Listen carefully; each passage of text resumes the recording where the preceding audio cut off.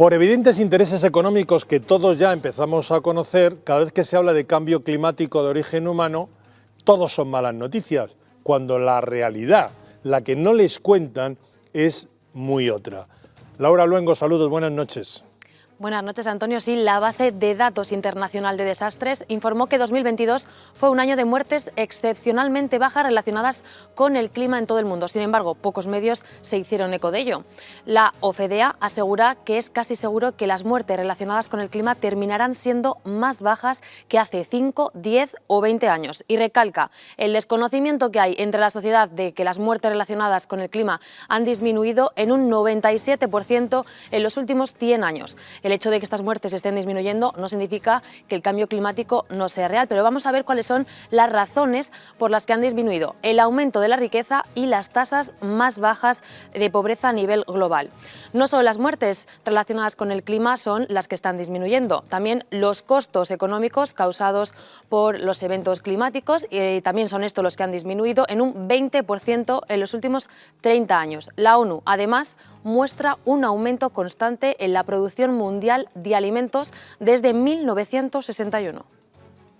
Lo mismo se ignora también la auténtica realidad de la evolución de algunas especies como el oso polar, cuya población, que lejos de disminuir, se mantiene en cifras desde hace décadas. Y vamos a hablar de todo ello con Fernando López Mirones, biólogo, divulgador científico. Yo te tuteo. Fernando, saludos, muy buenas noches. Hola, ¿qué tal, Antonio? Muy buenas noches. ¿Por qué se oculta? Bueno, sabemos el por qué, pero vamos a hacerlo.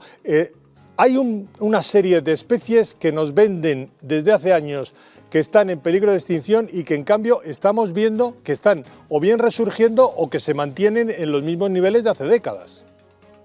Sí, efectivamente, han cogido como símbolo, ya vimos al oso polar, aquel que se veía sobre un pequeño hielo flotando, o a las morsas que han aparecido recientemente en Londres, ya enseguida han aparecido los ecologistas a pie de playa diciendo que es que están allí las morsas cerca en las costas de Inglaterra porque son víctimas climáticas.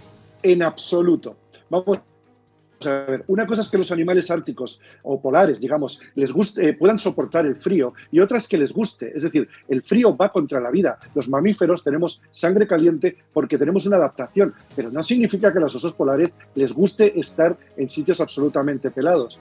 La población de morsas, tanto del Pacífico como del Atlántico Norte, se ha mantenido y ha aumentado. Pero no solo eso, Antonio, hay estudios que dicen, que son los que luego no nos cuentan, que las poblaciones de morsas, por ejemplo, y de focas anilladas, que son dos de las grandes presas del oso polar, aumentan cuando el casquete se reduce, o sea, el hielo se reduce un poco. Y esto ocurre todos los años, obviamente, en verano, mientras en invierno no. La media, efectivamente, como tú bien has dicho, es que los hielos se han mantenido desde los años 60 prácticamente. Y la pregunta es evidente, ¿por qué les gusta dar malas noticias?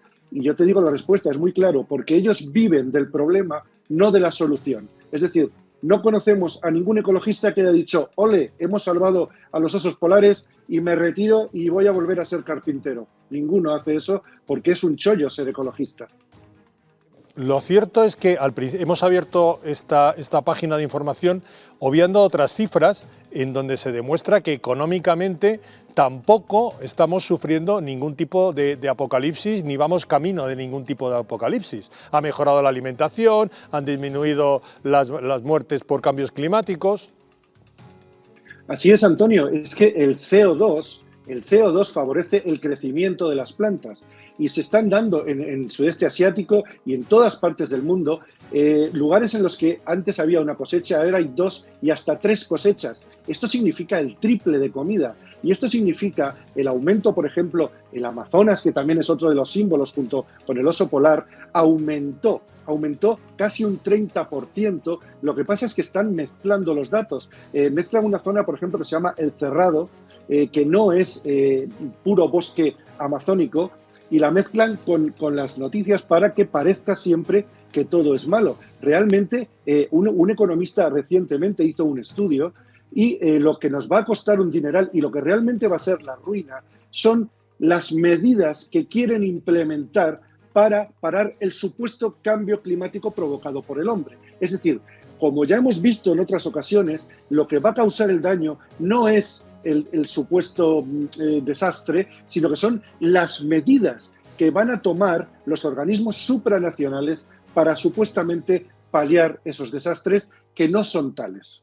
Última cuestión, ¿qué te parece lo del escarabajo pelotero aderezando nuestras comidas?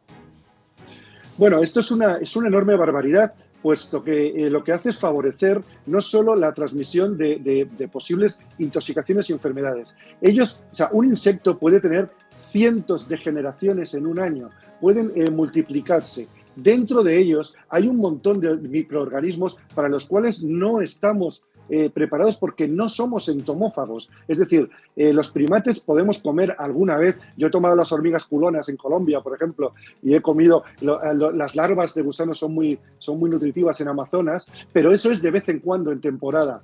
El hacer que la proteína principal, y sobre todo en forma de polvos, esté metida en todos los alimentos, va a causar enormes problemas porque no somos entomófagos. Fernando, pues muchísimas gracias por una nueva lección, gracias por estar con nosotros, muy buenas noches. Un placer, un aullido.